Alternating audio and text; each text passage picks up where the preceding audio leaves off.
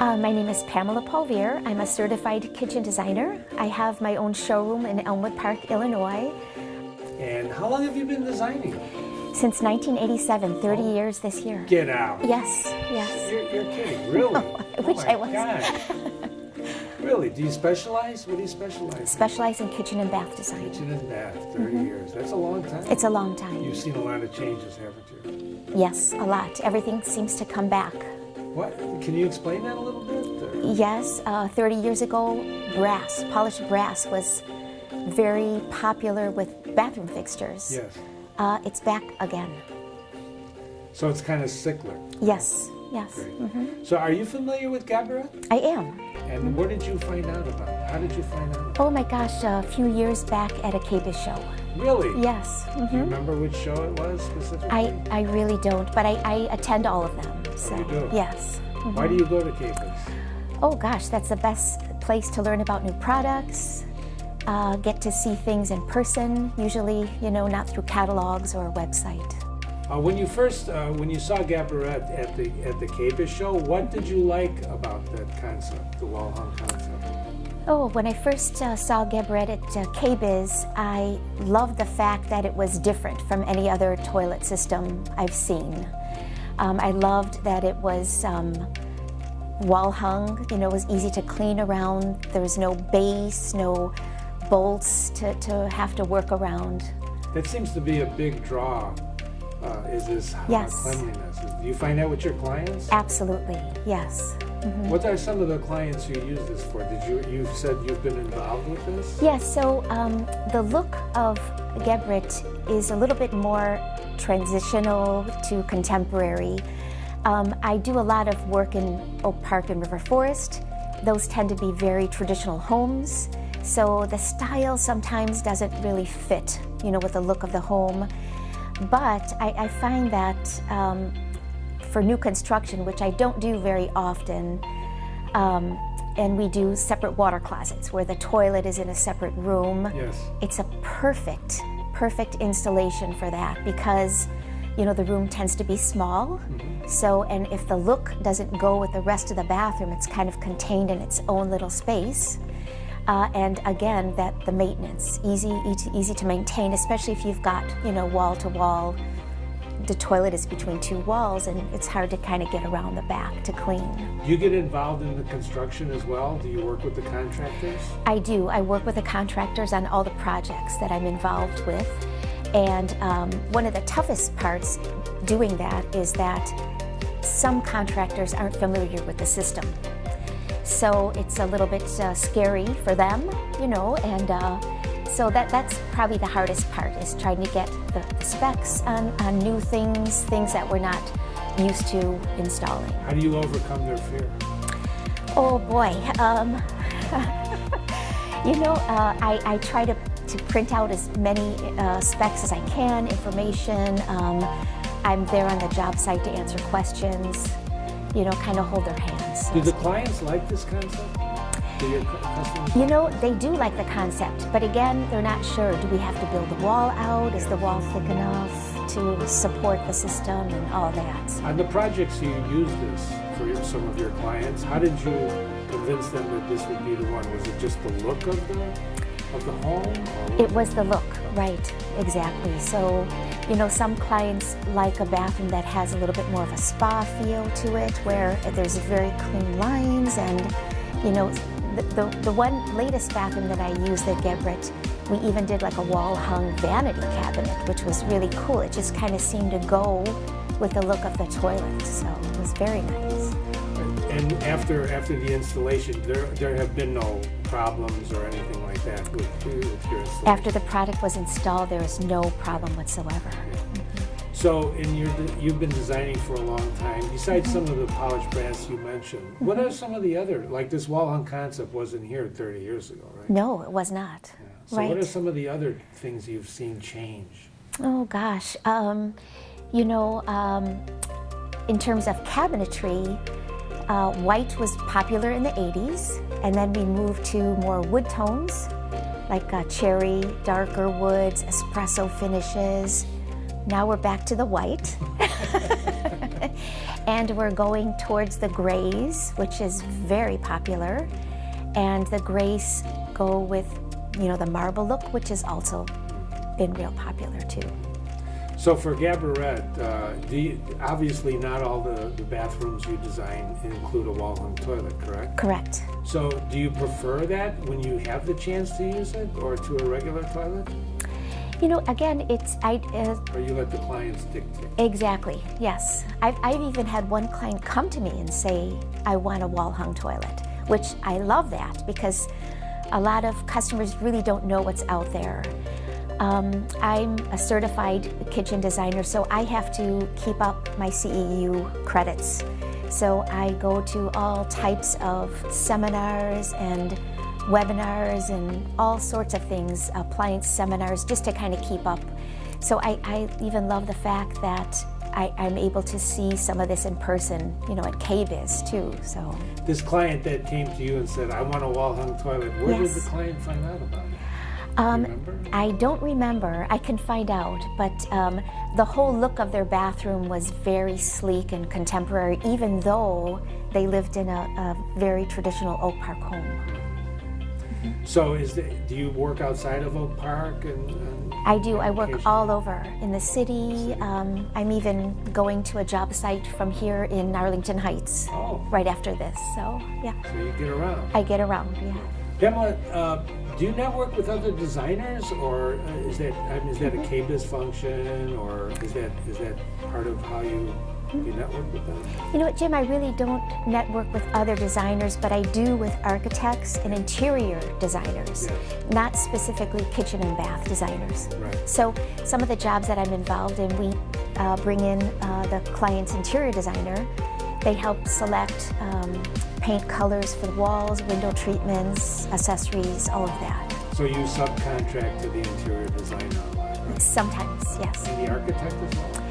The architect is a great collaboration, especially if we're doing something where we're adding on to a project, adding on, space, or even new construction, which is, really, those are the best projects. And so is architect part of your client base, correct? Correct, yes. How many do you work with in the area? I have 2 architects that I work with consistently. These are residential architects? Residential architects, yes. And how's the collaboration? It's great, yeah. So, what they usually do is they provide me with the shell of the new space, and they kind of plug in, like if it's a bathroom where the shower, the toilet is located, and then I take it from there. And usually I kind of come up with my own little scenario too, based on what I think the space would work with. Do they have approval rights, or do you? Oh, we kind of share. We definitely collaborate, yes. Have they seen the Geberit concept? Yes, they have. And what's their feeling? They seem to think it's a great concept. They really do. So, do you network with showrooms? Are you affiliated with other showrooms in the area? Yes. What are some of those? Well, first of all, I have my own showroom in Elmwood Park, yes. It's about 1,100 square feet. It's open by appointment only, so it's only clients who are, very serious about working instead of people just wanting to come in and getting ideas. Then I deal with a plumbing showroom in Chicago called Allied Plumbing. They have a beautiful showroom with different vignettes of toilets and vanities, and I don't think they have the Geberit on display. Their space is pretty limited, but sometimes I'll take my client over there just to kind of feel, the different faucets and all the other products. So how do you show your clients in your showroom the Geberit concept? Through the literature? Through the literature, yes. So in terms of the networking, then you get projects from them? They refer you? Is that how you work with showrooms? Or? No, typically not usually I have the client already, and then I'm taking them to see product in person. I see. So if you were to show them the Geberit product in person, you would have to find? I would have to find some place that has it on display. I see. Has that been a problem? It has been a problem, yes. Even with some like bathtubs, people like to see that in person. Some like to even jump in there and just kind of feel how it's, With the water? No. No, not with the water. So it's sometimes tough that way. Yeah.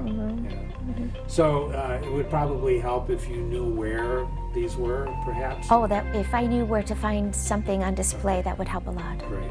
Do you do social media, or are you on social media? My daughter, who's 26, tried to help me with social media, and I started tweeting certain job sites that new projects that I started, but I find that it takes a lot of my time, and my time is so valuable lately. I'm just so busy, so.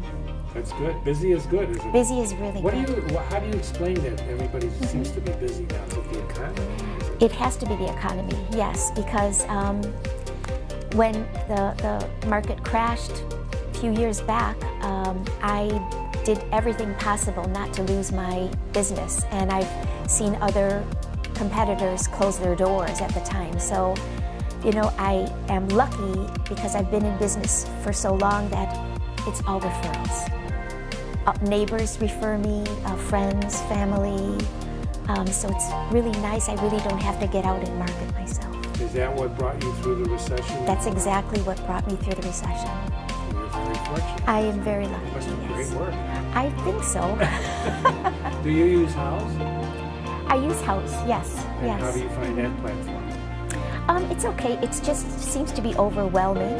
And when I tell clients, if they want to go on House and send me some ideas, I find that it's too much. They send too many pictures, and Yes. even with Pinterest too, it's just I'm looking at photo after photo after photo, and it's a little bit much. You collaborate with them on those platforms or not? It's just, I don't. Okay. Yes. You prefer the in-person collaboration. So what was in your opinion, what was the best project you ever worked on? So the best project I ever worked on has to be my own kitchen. And I have a small little galley kitchen in Oak Park, and I just love that I was able to do exactly what I wanted. Instead of a client telling you this is what... Exactly, yes, exactly. Yeah. What was the worst project? Oh boy. The project from hell. The project from hell? I've had a couple of those. Yes, I had a couple. People who just didn't understand my drawings and kind of had something else in mind, and yeah, I'd rather not go into that. I understand. Yes. But we all have those. Yes, It's yes. important to understand the balance, right? So Absolutely. what do you attribute your success to? What you see, very successful, survived the depression. What do you think brought? What do you attribute your success to? Just your Yes. work, or you? Or? I am a highly organized person. I borderline on OCD. No. I think that's a good thing. No. I listen to my client. I take excellent notes. I get back to them right away, return phone calls and emails and texts all the time. I just do my very best. And it shows. So what should a manufacturer like Geberit or other manufacturer do to help you do your job better? What should they do? Oh gosh, Geberit could make my life easy by just getting the specs that I need for a project, getting the proper literature. I'm old school, doing this for 30 years. I like paper. I like, my clients to sit down in my showroom and look at things and feel things. Do you go to their website for the specifications? I do, Okay. yes. So when you say they would do better to get you the specifications, is there Yes. something besides you going to the website that they should be doing? No, unless there could be like a webinar or something in person where, they can train the designers and architects, and then we would specify those on our jobs. Sure. Are you familiar that they do have CEUs at all or not? I didn't know if they did. Okay, good. Good. How do you get your CEU training? I get my CEU training by attending my National Kitchen and Bath Association chapter meetings here in Chicago. They have some excellent speakers on all different kinds of topics. KBIS has some really good seminars that I attend, and some webinars. You go online? I go online. And where do you find these online? Usually people send me emails. Like Roburn might send me an email saying that they have a webinar coming up. And Roburn is a showroom? Or? Roburn is a manufacturer of medicine cabinets. Oh, okay. Yes. So the manufacturers are reaching out to you? Yes. Do you get too many emails? Certain manufacturers send too many emails, yes. You want to say their names? No. No. So, email seems to be like other things. They take up a lot of time. How often do you check your email? Oh, wow. I check my emails maybe every hour, and I get a lot. Yes. How do you prefer to be contacted by manufacturers? Email, fax? Do you still use a fax? I still use a fax, believe it or not. Yes, I do. But from manufacturers, I think I prefer to get an email first. And if there's anything we need to talk further about, I like to talk on the phone. Do the manufacturer reps call on you in your showroom? They do, yes, they do. How often? Not very often, but maybe once a year for certain manufacturers. Would you like to see them more often? I would love to see my manufacturers more often, absolutely. What do you think prevents them from calling on you? You know, again, it's time and energy on their part. Also, I'm a small showroom, so it's, you know, difficult too. Squeaky wheel gets the grease. Absolutely, yes, yes. Well, this is great. Did you know it holds 880 pounds? I did not know that. Wow. It's rated That's for that. amazing, yeah. So, what besides that? We talked about the Geberit, the clients that like it, and the traditional versus, contemporary. It's kind of like that spot thing. Yeah.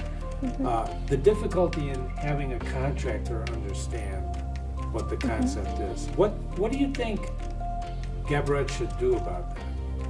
I'm just asking your opinion, because you're a designer who works for architects, who works for interior designers. What do you think that Geberit should do? Because I think if they knew and they walked in and said, "Oh, no problem, Pamela, this would be great." What should they be doing? You network with them, obviously, the contractors. Yes, absolutely. So what do you think would help? Oh boy, that's a tough question. It really is, because contractors usually are hands-on. You know, they usually like to see something installed, and then they kind of get it. So I don't know if maybe a webinar or something for them would be the way to go for that. So let's do a what if.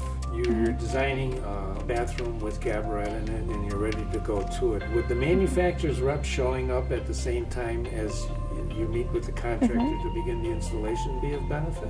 Oh, I think that would be a wonderful thing, yes, definitely. How would that help? Just to put the contractor at ease. You know, I have to tell you, these contractors, they have egos, right? And they don't like to be told what to do, especially someone like me saying, coming in saying, this is how it should be done. They're like, oh, yeah, maybe I'd rather talk to the manufacturer's rep or, so. So the egos is one of the big obstacles, you think? Yeah, believe it or not, yeah. Well, there's always some tension and everything. What do you think their biggest fear is? Just that they don't know? Just that they don't know, they don't want to do it wrong, they don't want to be held responsible for something that wasn't installed properly. Does going behind the wall seem to be the obstacle? Absolutely, yes. I guess I just want to say that I love what I do. I love making a transformation for my client, be it a kitchen or a bathroom. I end up becoming really close with my clients. I just think it's a great industry. We have so much new technology today with appliances and plumbing fixtures and all that good stuff. It's just a good spot to be in. It is, isn't it? Yes. That's a great statement. When you say transformation, that's an interesting word. Yes. Can you talk about it? Oh gosh, when I first meet a client who decides to retain me as their designer, and I walk into their space and I can see beyond what's there. Like my mind is already starting to think about, how to transform the space. And people are amazed just by moving a doorway to a bathroom, that it could change the whole layout of the space too. So where do you get your inspiration? Oh gosh, I get my inspiration just from my trade magazines, the internet, KBiz. Yeah, Which magazines do you read? all of the trade magazines. Yes. Can you name some? KB&B. Oh gosh, I forget some of the rest. Do you go outside the kitchen and bath trade magazine area to read other magazines? I do. Which Yes. are some of those that you like? Oh gosh, there's a local trade magazine for Chicago, CS Interiors, is a really good one too. Yes. And you know, just to kind of see what's out there in other rooms, other spaces, bedrooms, living rooms, dining rooms. You go where you go for the inspiration. Pamela, this was terrific. Thank you, Jim. This is Thank you so terrific. much. This is Good. absolutely Yeah. terrific.